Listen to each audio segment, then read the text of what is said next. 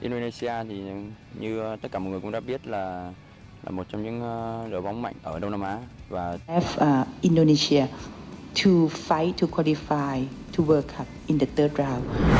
Berubahnya sudut pandang Thailand dan rival ASEAN, kenapa Indonesia favorit AFF meski pakai tim U22, yah, belum pernah memenangkan gelar Piala AFF, membuat timnas Indonesia tak dianggap sebagai tim terkuat di ASEAN, terkhusus jika dibandingkan Thailand dan Vietnam.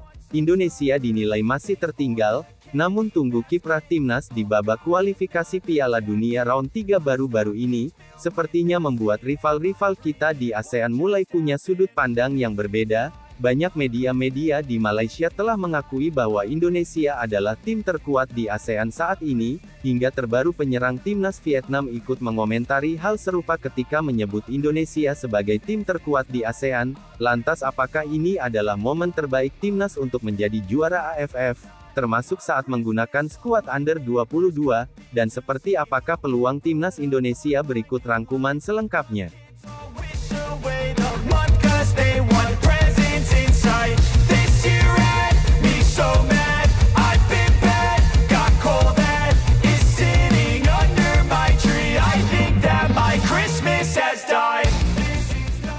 Meskipun level timnas Indonesia telah meningkat dengan persaingan baru menghadapi tim-tim terbaik di Asia, layaknya China, Bahrain, Australia, Arab, hingga Jepang.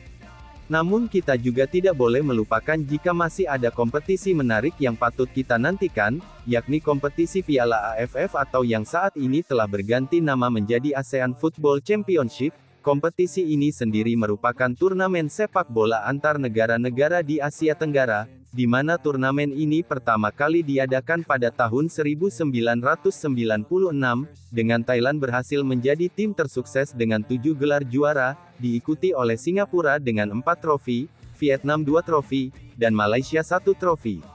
Sementara itu timnas Indonesia yang sudah mencapai final 6 kali belum sekalipun memenangkan gelar ini, dan itu kenapa di level ASEAN selama ini Indonesia dinilai bukan sebagai tim terkuat, sebelum akhirnya revolusi timnas Indonesia memberikan pengakuan berbeda saat ini.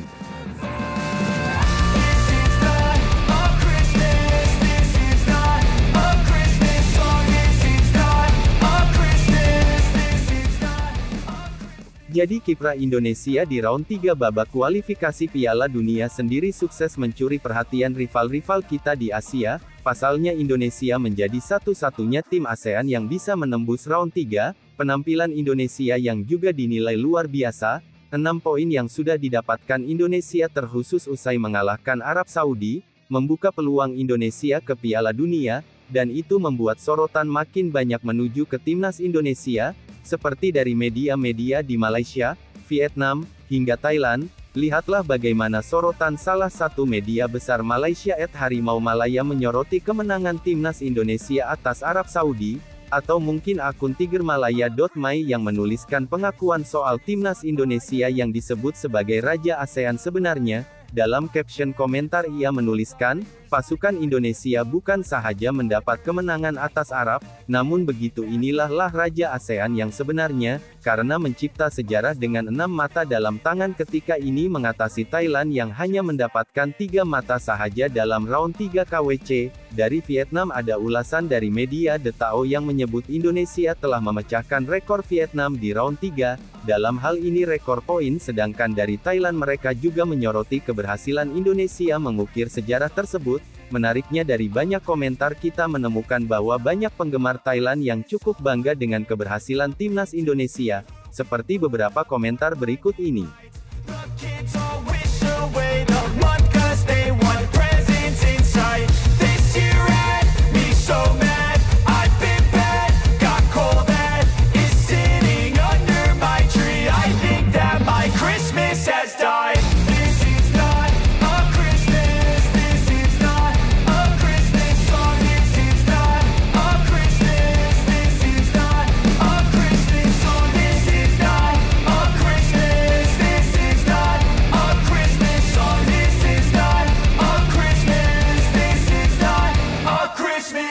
When I was just a boy, Christmas brought so much joy.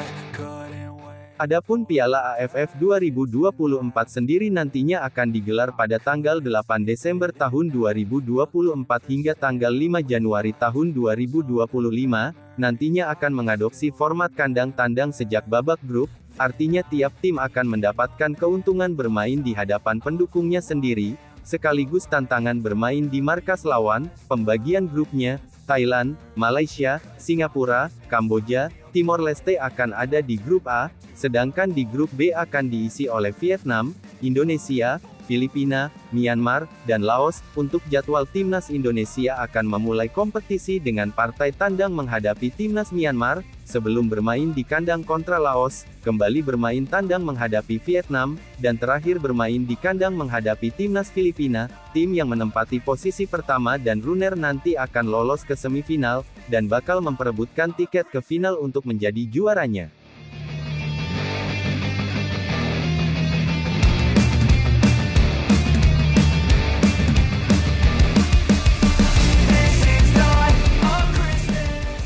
Menariknya di AFF tahun ini Indonesia sendiri tak terlalu berambisi untuk menjadi juara, ketika pelatih Sinteyong hanya akan menggunakan para pemain U22, itu artinya Coach Shin sepertinya lebih menggunakan turnamen AFF untuk memunculkan bakat-bakat muda, meski di sisi lain Coach Shin juga dipastikan akan memanggil pemain timnas senior yang berusia di bawah U22, seperti Ivar Yener, Rafael Struijk, Justin Hapner, hingga Marcelino Ferdinand, Sananta, dan juga Hoki Caraka. Meskipun semua itu juga akan tergantung pada keputusan tim masing-masing, apakah akan melepasang pemain atau tidak. Tapi menariknya meski sudah dipastikan bakal menggunakan pemain U22, striker Vietnam baru-baru ini menjelaskan jika Indonesia akan jadi rival paling kuat di ASEA saat ini, apalagi setelah ia melihat Indonesia mengalahkan Arab Saudi. Indonesia thì như tất cả mọi người cũng đã biết là một trong những đội bóng mạnh ở Đông Nam Á, và trong những năm gần đây họ có những cầu thủ nhập tịch rất là chất lượng, và bằng chứng là họ đang thi đấu ở vòng loại 3 của vòng loại World Cup 2026, và vừa rồi họ cũng đã có một chiến thắng rất là quả cảm trước các Ả Rập. Thì Linh nghĩ là trong giải đấu sắp tới thì Indonesia sẽ là một trong những ứng cử viên cho ngôi vị cao nhất.